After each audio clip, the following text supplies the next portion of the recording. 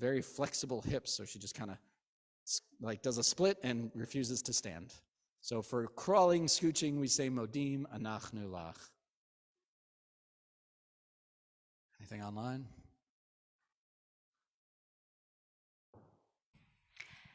Jeremy completed the written application stage for a competitive promotion process. Okay.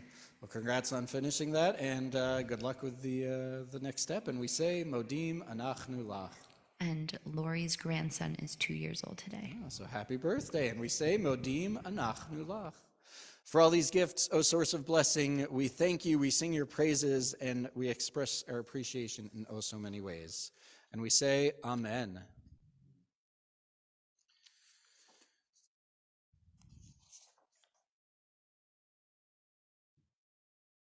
And we're going to shift gears, because if you've been like me and you've been following the news out of Israel, then you've been, who knows even what words can describe it, mortified, disgusted, dismayed. There has been for the last few months, however long it's been, far right-wing government extremists who are speaking out against non-Orthodox Jews, against Arabs, against LGBTQ Israelis. There's proposed legislation that will significantly weaken the judiciary and get Israel one step closer to being an autocratic state. And there's been increased violence with and by the Palestinians. And then there's Huwara, this village in Palestine where first Palestinian gunmen, terrorists, killed 2 Israelis on Sunday, and then in response, an Israeli settler mob burned and vandalized over 200 buildings in Palestinian villages and killed at least 1 Palestinian. And then in light of that, even some Israeli leaders have called for wiping out that Palestinian village. And I keep seeing this word floating around online, that it's a pogrom, but this time Jews are the insiders. Now, Jews across the globe have been debating the merits and the obstacles, the good, the bad of the settler movement for decades.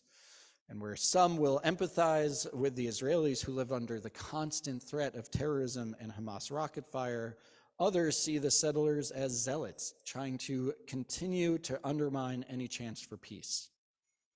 Yet even some of the most ardent Zionist organizations, who normally have nothing bad to say about Israel, have been calling out this mob behavior. Mob violence cannot be condoned. We Jews are called to be an or lagoyim, a light unto the nations, yet here, this light was fire, and it was burning, and it was violence, and it was hatred, and this light brought chaos. And we read about light in this week's Torah portion, Tetzaveh, which opens with the discussion of a ner tamid.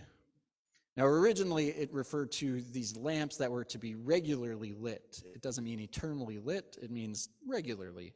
But over time, it came to mean the ner tamid, the eternal light, like what we have here. It became a symbol of light and hope and goodness. And there's a midrash, Exodus Rabbah, that expounds on this. Those who study Torah give light wherever they are. It's a really nice idea, right? That when we study Torah, when we live our lives Jewishly, when we do mitzvot, we bring light into the world, right? We do tikkun olam, we repair the world. Gimilut chasadim, these acts of loving kindness. Ahavat olam, or ahavat atzmo, love of the world, love of self. But the problem is that there are people out there, there are Jews out there, whose view of Torah differs from ours. There's a small fraction who use their light for evil purposes, as we saw in Huwara.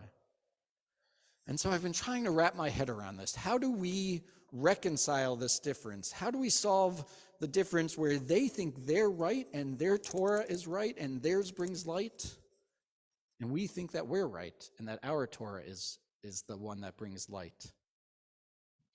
It reminds me of an incident that happened the last time I was in Israel, actually, where I went to Women of the Wall with some Hopkins students.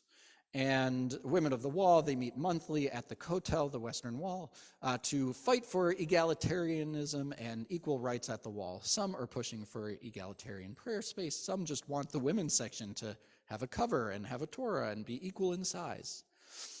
And I was there, and I started arguing with at least one, I think there were multiple, but one-on-one with this ultra-Orthodox Jew. And there I was standing with my big rainbow. I have this nice rainbow tallis, and I was standing in that, a bright kippah and probably a sweater and khakis. And there he was, right, all in black with the white shirt. And we were arguing about, the nature of Torah, the source of Torah, about equal rights, about evolution, science, all these different things. And no matter what I said, he could not be convinced that his way of Torah might not be correct. But nor would I budge on my values of egalitarianism and equality and science and so on. And so as much as I want to I was hoping I could find an answer to this question. How do we know whose Torah is right? How do we know whose light is right? I don't have an answer. But I know what I believe, and I believe that the light of the fire of Huara was evil, right? That burning and the mob and the violence. And I believe that our light, our Torah, can make the world a better place, right? I believe that in this context of Israel, Palestine, when we write to Congress, hoping that they express their dismay, when we ourselves rally or protest, when we speak out against what's going on, when we show our love for the Jewish people and the Jewish state, and through that love, when we support the state of Israel as a Jewish and democratic state that's safe for Jews and Palestinians, when we do all of that, then we bring light into the world. So may we continue to do this sacred work. May we continue to bring light into the world through our study of Torah with egalitarian, modern, open-minded ways, through tikkun olam, social action, making the world a better place, direct service, advocacy, through acts of loving kindness to all people around the world and right here in our communities, and through meaningful spiritual prayer and Torah study. As the Midrash taught us, those who study Torah give light wherever they are. May we illumine our world. Amen. We take a few moments to reflect on these words.